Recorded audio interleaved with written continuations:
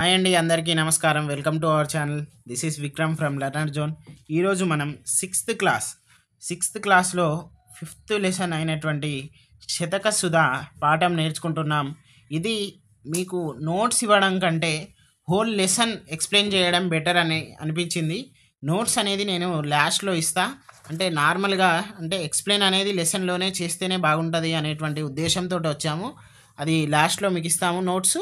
ఒకసారి చూసినట్లయితే కొత్తగా మనకు వచ్చినటువంటి మిత్రులు ఎవరైతే ఉన్నారో ఖచ్చితంగా సబ్స్క్రైబ్ చేసుకోగలరు. మీరు మన ఛానల్ విజిట్ అంటే లోపల చూసినట్లయితే మీకు క్లియర్గా మెన్షన్ అయ్యి ప్లేలిస్టులు ఉన్నాయి. మీకు నచ్చినటువంటి వీడియో చూడండి. మీరు ఈరోజే ప్రిపేర్ అవుతున్నారంటే దానికి సంబంధించిన మొన్న పోస్ట్ చేసినటువంటి ప్లాన్స్ లైవ్స్ ఉన్నాయి, అవన్నీ కూడా చూడండి.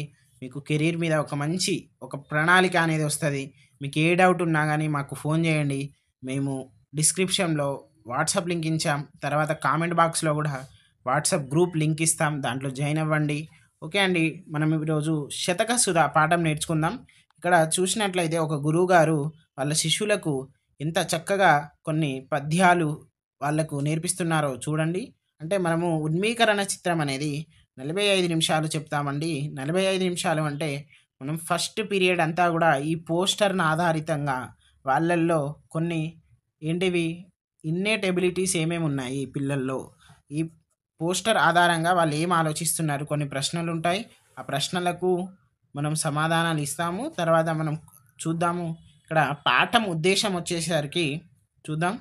పాఠం ఉద్దేశం విద్యార్థులలో నైతిక విలువలు పెంపొందించడం. ఓకే అండి, ఇక్కడ నైతిక విలువలను పెంపొందించడం, వారిని ఉత్తమ పౌరులుగా ఎదిగేటట్లు చేయడం ఈ పాఠం ఉద్దేశం. ఏంటిదట? నైతిక విలువలను పెంపొందించడం. తర్వాత ఏంటిది ఇంకా? ఉత్తమ పౌరులు. ఓకే, నెక్స్ట్ ఇది చూసినట్లయితే మనము పాఠ్యభాగ వివరాలు వెళ్దాం. ఇక్కడ మనకు శతక ప్రక్రియకు చెందిందండి ఇది. ఈ పాఠం శతక ప్రక్రియకు చెందింది. తర్వాత శతకం అంటే 100 పద్యాలు కలది అని అర్థం. కొన్ని శతకాలలో 100కు పైగా పద్యాలు ఉంటాయి. సాధారణంగా శతక పద్యాలకు మకుటం ఉంటుంది. ఓకే, మీకు అందరికీ తెలుసు డిఎస్సి 2024లో అడిగినటువంటి క్వశ్చన్ ఏంటిదైతే మనకు ఇక్కడ శతకం అంటే ఏంటిది అని అడిగారు. కాబట్టి మీరందరూ కూడా కాన్సన్ట్రేటెడ్గా వినండి. మనము ప్రీవియస్ క్వశ్చన్స్ ఏవైతే ఉన్నాయో అవి కూడా మేము చెప్పేటువంటి ప్రయత్నాలు చేస్తాము. ఓకే అండి, మనము ఈ పాఠంలో చూసినట్లయితే మనకు సుమతి శతకం, శ్రీకాళహస్తీశ్వర శతకం, కుమారి శతకం, సుభాషిత రత్నావళి, ప్రభుతనయ, గాంధీ తాత, భరతసింహ, భవ్య చరిత్ర శతకాలు ఉన్నాయి. ఇవన్నీ కూడా మనం ఇప్పుడు చూద్దాం. వాటి యొక్క కవి పరిచయాలు మాత్రమే మనము నేర్చుకుంటాం. తర్వాత వాటి యొక్క పద్యాలు తాత్పర్యం అనేది అవి మీరే చదువుకోవాలి. మనం ఓన్లీ ఇంపార్టెంట్ పాయింట్సే చెప్తాం కాబట్టి. ఓకే అండి, కవి పరిచయాలు చూసినట్లయితే మనకు ఫస్ట్ సుమతి శతకం రాసినది బద్దెన. ఇది మీరు గమనించినట్లయితే డిఎస్సి 2024లో వచ్చిందండి, టెట్ 24లో వచ్చిందండి, నెక్స్ట్ టెట్ 25లో కూడా వచ్చిందండి. కాబట్టి మనము ఖచ్చితంగా 100కు 100% ఈ శతకం ఏ శతక సుధా ఏదైతే పాఠం ఉందో దీంట్లో నుండి 1 మార్క్ అనేది ఎక్స్పెక్ట్ చేయొచ్చు. 100కు 100% వస్తుంది. 100కు 100% వస్తుంది అంటే ఇక ఎవరో సెషన్స్లో 6 సెషన్లు ఉంటాయి, 6 సెషన్లో వస్తుంది అంతే, ఇంకేం లేదు ఇక. ఓకే, ఇక్కడ ఇది మనకు చిత్రం అండి. ఏ శతాబ్దానికి చెందినవారు అంటే 13వ శతాబ్దానికి చెందినవారు. తర్వాత లౌకిక నీతులను అతి సులువుగా కంద పద్యాల్లో ఇమిడ్చి సుమతి శతకానికి రాసిన కవి ఎవరు? బద్దెన. ఓకే, బద్దెన. వేములవాడ చాళుక్యరాజు భద్రభూపాలుడే బద్దెన అని చరిత్రకారుల అభిప్రాయం. ఇక్కడ మనకి ఎలా క్వశ్చన్ అడగచ్చు అంటే, నేను farming of question A type ఎట్లా ఉంటుంది అనేది కూడా చెప్తున్నానండి. తర్వాత మీ అందరికీ ఒక గమనిక అంటే, మానవుడు అంటేనే మిస్టేక్స్ చేస్తాడు. మన దాంట్లో కూడా ఏమైనా మిస్టేక్స్ ఉంటే మన్నించండి, అలాగే మీరు కూడా సరిదిద్దుకోండి. ఓకే, ఇక్కడ చూద్దాం. వేములవాడ చాళుక్యరాజు భూపాలుడే అని ఎవరిని అంటారు అని మనకు అనొచ్చు. ఇక్కడ బద్దెన, తర్వాత సోమన, ఎర్రన, ఇంకొక వేరు, తర్వాత పోతన అనుకోండి. ఇట్లా ఇస్తాడు. ఇలా ఇచ్చి మనకు కన్ఫ్యూజ్ చేసేటువంటి ఆస్కారాలు ఉన్నాయి. కాబట్టి మంచిగా చదువుకోండి. ఈయన సుమతి శతకంతో పాటు నీతి శాస్త్ర ముక్తావళి అనే గ్రంథాన్ని కూడా రాశాడు. ఏంటిది అది గ్రంథం? నీతి శాస్త్ర ముక్తావళి. ఓకే, నెక్స్ట్ మనకి ఇక్కడ వచ్చినట్లయితే శ్రీకాళహస్తీశ్వర శతకం ఎవరు రాశారండి? దూర్జటి గారు రాశారు. ఓకే, మహాకవి దూర్జటి 16వ శతాబ్దముకు చెందినవాడు. ఓకే, శ్రీకృష్ణదేవరాయల ఆస్థానంలో ఉండే అష్టదిగ్గజ కవులలో, అష్టదిగ్గజ అంటే ఏంటిది? 8. ఈయన కూడా ఒకడు. మరి నవరత్నాలు అనేది ఎక్కడ ఉంటాయంటే విక్రమాదిత్యుడు దగ్గర ఉంటాయి. ఓకే, నెక్స్ట్ కాళహస్తీశ్వర శతకంతో పాటు శ్రీకాళహస్తి మహోత్సవము అనే ప్రబంధాన్ని రాశాడు. అతులిత మధురిమ హిమ కలిగిన వాడని కృష్ణదేవరాయలు ఇతన్ని ప్రస్తుతించాడు. ఇతన్ని మనం ఎట్లా గుర్తుపెట్టుకోవాలి అంటే శ్రీకాళహస్తీశ్వర, తర్వాత శ్రీకృష్ణదేవరాయలు, ఇక్కడ ఏమిటిది కామన్? శ్రీ. ఓకే, దూర్జటి గుర్తుపెట్టుకోండి. ఇక్కడ ఎలాగో మీకు ఇవి ఖచ్చితంగా గుర్తుంటాయి. శ్రీకాళహస్తి అనేది మనకు దూర్జటి గారిది అని ఇది గుర్తున్నప్పుడు ఖచ్చితంగా శతకంతో పాటు మహోత్సవం అనే ప్రబంధం కూడా గుర్తుంటుంది. అతులిత బలుదామం అనేటువంటిది వేరు, మధురిమ మహిమ అనేటువంటిది వేరు అనేది గుర్తుపెట్టుకోండి. ఇక్కడ మళ్ళీ ఇది ఎవరు ఇచ్చారు అంటే ఎవరు? మళ్ళీ కృష్ణదేవరాయలు. ఓకే, అట్లా గుర్తుపెట్టుకోండి. కుమారి శతకం, కుమార శతకం వేరు, కుమారి శతకం వేరు. కుమారి శతకం రాసింది మనకు పక్కి వెంకట నరసింహ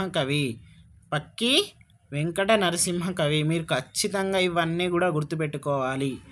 ఇలా రాసుకోండి అంటే 1 సుమతి శతకం బద్దెన, 2 ఏంటిది కుమారి శతకం పక్కి వెంకట, తర్వాత 3 ఏంటిది శ్రీకాళహస్తీశ్వర శతకం ఎవరు? దూర్జటి. ఇట్లా ఒకటి చిన్నగా షార్ట్గా రాసి మీ యొక్క స్టడీ హాల్లో టేబుల్ లేదా మీ యొక్క స్టడీ రూమ్లో పెట్టుకోండి. అప్పుడప్పుడు చూసినట్లయితే మీకు ఈజీగా అర్థమవుతుంది. తర్వాత మనం చూద్దాం. పక్కి వెంకట నరసింహ కవి రాసిన కుమారి శతకం తెలుగు శతకాల్లో ప్రసిద్ధమైంది. చిన్న చిన్న పదాలతో ఆధునిక సమాజానికి అవసరమైన నీతులను వెంకట కవి ఎవరు? వెంకట నరసింహ కవి సులభ రీతిలో చెప్పాడు. ఓకే, నెక్స్ట్ సుభాషిత రత్నావళి ఎవరు రాశారు? ఏనుగు లక్ష్మణ కవి. నేను అన్నాను కదండి, నంబర్ 1 బద్దెన సుమతి శతకం, నంబర్ 2 సుభాషిత రత్నావళి దూర్జటి. ఇవి ఇట్లా కంపల్సరిగా రాసుకోండి. మీ దగ్గర స్టడీ హాల్ లేదా మీ యొక్క స్టడీ రూమ్ దగ్గర పెట్టుకోండి. ఓకే, మనం వెళ్ళినట్లయితే ఇక్కడ చూద్దాం. ఏంటిది మనకు సంస్కృతంలో ఇక్కడ ఏంటిది భర్తృహరి రాసిన సుభాషిత రత్నావళి వేరు. మనకు సుభాషిత త్రిశతిని తెలుగులోకి అనువాదించిన కవులలో ఏనుగు లక్ష్మణ కవి ఒకరు. ఏంటిది సుభాషిత రత్నావళి అనేది గుర్తుపెట్టుకోండి. ఇక్కడ కనెక్ట్ చేస్తూ చదవండి. ఓకేనా అండి? సుభాషిత త్రిశతి అనేది గుర్తుపెట్టుకోండి. చాలా అంటే చాలా ఇంపార్టెంట్. సుభాషిత త్రిశతిని తెలుగులోకి అనువాదించిన కవులలో ఎవరు? ఒకడు. అంటే 4 ఇస్తాడు ఆప్షన్స్. దాంట్లో ఏనుగు లక్ష్మణ కవి ఒకరు. ఈయన పెద్దాపురం సంస్థానంలోని పెద్దాడ గ్రామ నివాసి. సుభాషిత రత్నావళితో పాటు రామేశ్వర మహోత్సవము, విశ్వామిత్ర చరిత్రము, గంగా మహోత్సవము మొదలైన రచనలు చేశాడు. ప్రజల నాలుకపై నాట్యమాడే సులభమైన రమ్యమైన శైలితో ఇతను పద్యాలు ఉంటాయి. నేను ఎందుకు ఇంత స్లోగా చెప్తున్నానంటే మీకు అందరికీ మంచి మార్క్స్ రావాలి, మంచిగా అర్థం కావాలి. కవి పరిచయాలు అనేటువంటివి అంత ఈజీగా చెప్పలేము, అర్థం కావు. ఓకే, నెక్స్ట్ ఇంకొకటి మనం ఇక్కడ ప్రభుతనయ శతకం చూసినట్లయితే కౌకుంట్ల నారాయణరావు గారు రచించారు. ఎవరు? కౌకుంట్ల నారాయణరావు. కౌకుంట్ల నారాయణరావు రంగారెడ్డి జిల్లాలోని కౌకుంట్ల గ్రామానికి చెందినవాడు. తనయ అనే మకుటంతో ఈయన రాసిన ప్రభుతనయ శతకం చాలా ప్రసిద్ధి చెందింది. తర్వాత గాంధీ తాతా శతకం శిరసీనహల్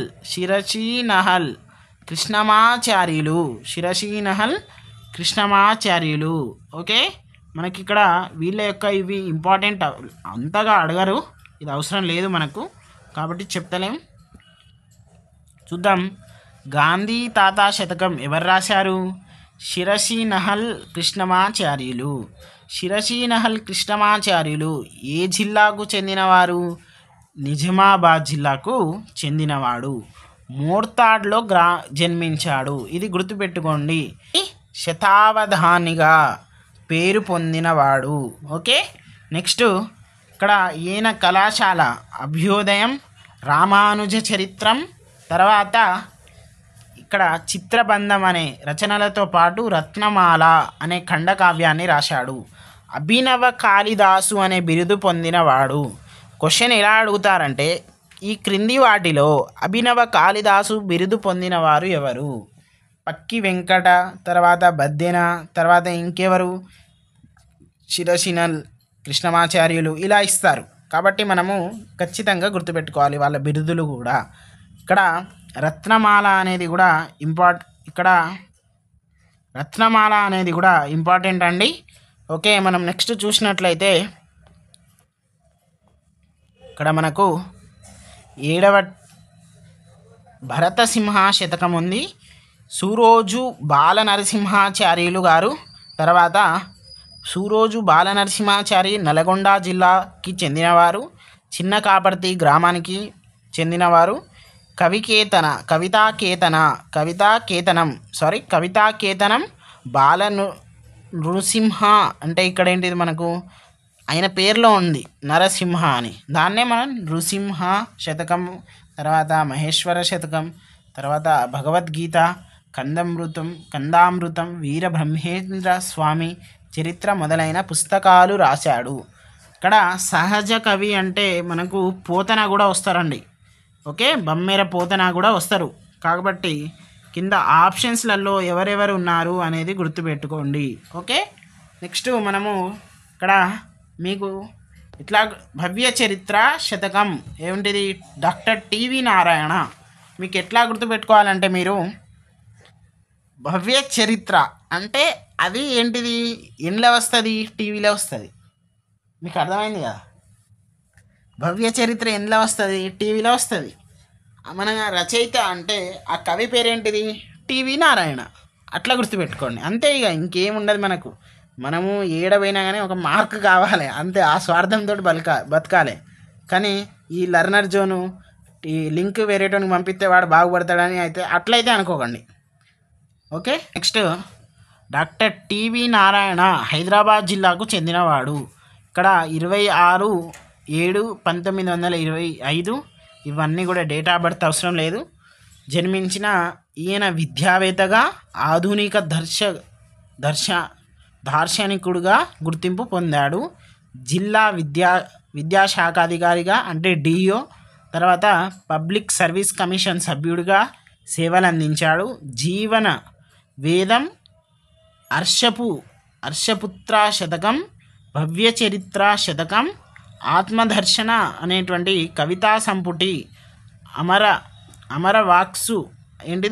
అమరవాక్సుదాస్రవంతి ఉపనిషత్తులపై వ్యాస సంపుటి మొదలైన రచనలు. ఇవన్నీ కూడా మీరు చదువుకోండి, చాలా ఇంపార్టెంట్. తర్వాత చూసినట్లయితే మనము ప్రవేశిక చూద్దాం. జీవితంలో అనుభవాల ద్వారా ఎన్నో విషయాలు ఉంటాము. అట్లానే మనము తెలుసుకున్న విషయాల్లో మంచి వాటిని భవిష్యత్తులో ఏంటిది తరాల వారీగా అందించాలని కోరుకుంటారు. ఎవరు? కొంతమంది.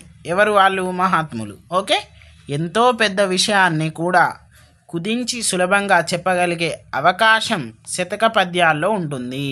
శతక పద్యాల రూపంలో కవులు మనకు అందించిన మంచి విషయాలు ఈ పాఠం చదివి తెలుసుకుందాం. ఓకే, ఇవన్నీ కూడా మనకు పద్యాలు. బద్దెన రాసినటువంటివి, దూర్జటి రాసినటువంటివి, తర్వాత పక్కి వెంకట, ఎవరు మన కుమారి అనే మకుటం ఉంది కదా, ఇక్కడ చూడండి మకుటం ఉంది కదా, ఇట్లా ఉంటాయి అన్నట్టు. తర్వాత సుమతి అని ఉంటుంది ఇక్కడ. ఇవన్నీ కూడా మనకు మకుటాలండి. ఓకే, శ్రీకాళహస్తీశ్వర, తర్వాత ఇక్కడ ఏనుగు లక్ష్మణ కవి గారిది. ఇవన్నీ కూడా పద్యాలు మీరే చదువుకోవాలి, మనం అన్నీ కూడా చెప్పలేం కదా. ఓకే, నెక్స్ట్ చూద్దాం. ఇవన్నీ తాత్పర్యాలు, అంటే మన తాత్పర్యాలు, మన అంటే భావాలు అన్నట్టు. చూద్దాం నెక్స్ట్ బిట్స్లో వెళ్ళిపోదాం మనం. ఒక్క నిమిషం అండి. మనకు ఇక్కడ కొన్ని ఏదైతే ఉన్నాయో ఇవన్నీ కూడా మీరు ఎట్లా చేయాలంటే, ఎగ్జాంపుల్ మోదం ఉంది, పండుగలలో మోదంను కలిగిస్తారు అంటే ఏంటిది, దీని అర్థం వెతుక్కోవాలి. హితం ఏంటిది, హర్షించుట ఏంటిది, సంతోషం అంటే ఏంటిది, వీటి యొక్క అర్థాలు, వాటి యొక్క నానార్థాలు కూడా నేర్చుకోండి. ఓకే, ఇవే ఇస్తాడు, ఎక్కడి నుండో ఇవ్వడు. ఓకేనా అండి. నెక్స్ట్ చూద్దాం. ఇక్కడ మనకు కొన్ని విభక్తి ప్రత్యయాలు ఇచ్చారు. ఇక్కడ మనకు అందరికీ తెలిసిందే. దీంట్లో ఏం చేయాలి, మనము విభక్తి ప్రత్యయాలు అనేటువంటివి గుర్తించాలి. ఎట్లా గుర్తించాలంటే, ఇప్పుడు ను ఉంది, ఇక్కడ లో ఉంది, ఇక్కడ తో ఉంది, చేతన్ చేన్ తోడన్ తోన్ అంటే ఏంటిది, ఇది ఏంటిది మనకు తృతీయ విభక్తి. ఓకే, ఇట్లా గుర్తుపెట్టుకోవాలి. ఓకేనా అండి. మళ్ళీ నెక్స్ట్ ఇక్కడ చూసినట్లయితే ఇక్కడ కూడా కొన్ని ఇచ్చారు. ఇవన్నీ కూడా మీరు చేయండి బిట్స్. ఇవన్నీ చేసినట్లయితే మీకు ఈజీగా అర్థమవుతుంది. మనం ఒకటి అవ్యయం అనేది ఒకటి చెప్పి ఎండ్ చేద్దాం. తర్వాత చూసినట్లయితే అవ్యయము ఇది మోస్ట్ ఇంపార్టెంట్ అండి. మోస్ట్ అంటే మోస్ట్ ఇంపార్టెంటే, అంతే ఇంకేం లేదు కదా దానికి. కింది తరగతులలో భాషా భాగాల్లోని నామవాచకం, సర్వనామం, క్రియ, విశేషణాల గురించి తెలుసుకున్నారు కదా, అవునా కదా. ఇవన్నీ మనం ప్రీవియస్ క్లాస్లో నేర్చుకున్నాం. ఇప్పుడు అవ్యయం అంటే ఏమిటో తెలుసుకుందాం. రండి, లర్నర్ జోన్కి రండి, నేర్చుకుందాం. మన మిత్రులందరికి కూడా తీసుకోరండి.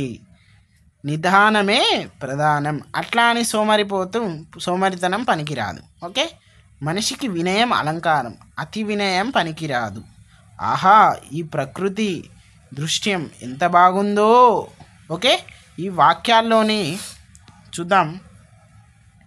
అట్లా అని, అయితే, ఆహా మొదలైన పదాలను చూశారు కదా, ఇవి పుల్లింగాలు కాదు.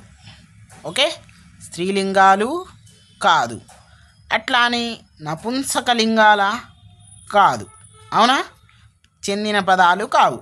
అట్లానే విభక్తులు కూడా కావు. చూద్దాం. ఇక్కడ ఏకవచన బహువచనం అనే తేడా కూడా లేదు. ఇక్కడ ఉందా? లేదు. ఇట్లాంటి పదాలను అవ్యయాలు అంటారు. ఓకే, అందరికీ గుర్తుపెట్టుకోండి. స్త్రీలింగాలు, పూలింగాలు అవన్నీ ఏం పట్టించుకోకండి మీరు. ఇది ఒక్క డెఫినేషన్, మీ అందరికీ ఒక మార్క్ తెచ్చిపెట్టే డెఫినేషన్. మనకి ఇదే ఇంపార్టెంట్. ఇక్కడ డైరెక్ట్ డెఫినేషన్ ఇస్తాడు. లింగ వచన విభక్తులు లేనివి ఏంటివి, మనకేంటిది విభక్తులు ఇస్తారు, తర్వాత అవ్యయాలు ఇస్తారు, తర్వాత విశేషణాలు ఇస్తారు, ఊష్మాలు గీష్మాలు అన్నీ ఇస్తారు ఇక్కడ. కాబట్టి గుర్తుపెట్టుకోండి మంచిగా. ఓకే అండి. ఈరోజు చూసినట్లయితే ఇది మనకు క్లాసు. దీని తర్వాత నేను నోట్స్ ఎక్స్ప్లెయిన్ చేస్తా. అంటే నోట్స్ ఎక్స్ప్లెయిన్ చేయడం కంటే మీరు బుక్లో నేను చెప్తానండి. ఓకే అండి. ఇదంతా కూడా నోట్స్ మీకు అర్థం కావడానికి మాత్రమే ఇచ్చాము. ఇది ఏం ఎక్స్ప్లెయిన్ చేయడం లేదు. ఆల్రెడీ మనము చేసేసాము. లెసన్లోనే అన్నీ సేమ్ ఇవే ఉంటాయి, ఏముండవు. మీరు ఆపేసి స్క్రీన్ షాట్స్ తీసుకుంటారా, నోట్స్ రాసుకుంటారా అనేది మీ ఇష్టం. మీ అందరికి కూడా ఒక రిక్వెస్ట్ ఏంటిదంటే సబ్స్క్రైబ్ చేయండి, తర్వాత లైక్ చేయండి. లైక్ చేయట్లేదండి, మీకు కూడా అనిపించవచ్చు అరే మేము ఇంత నాలెడ్జ్ నేర్చుకుంటున్నాము, ఒక చిన్న సబ్స్క్రైబు ఒకటి లైక్ చేస్తే ఏమవుతుంది, ఎవరికైనా షేర్ చేస్తే ఏమవుతుంది అని ఆలోచించవచ్చు. చేయండి. మా యొక్క కష్టానికి మీరు ఖచ్చితంగా మాకు ఏదో ఏమి ఇవ్వడి అంటే మేము ఏం అడుగుతలేము, ఒక్క సబ్స్క్రైబ్ అండ్ లైక్ అడుగుతున్నామండి. థ్యాంక్ యూ అండి.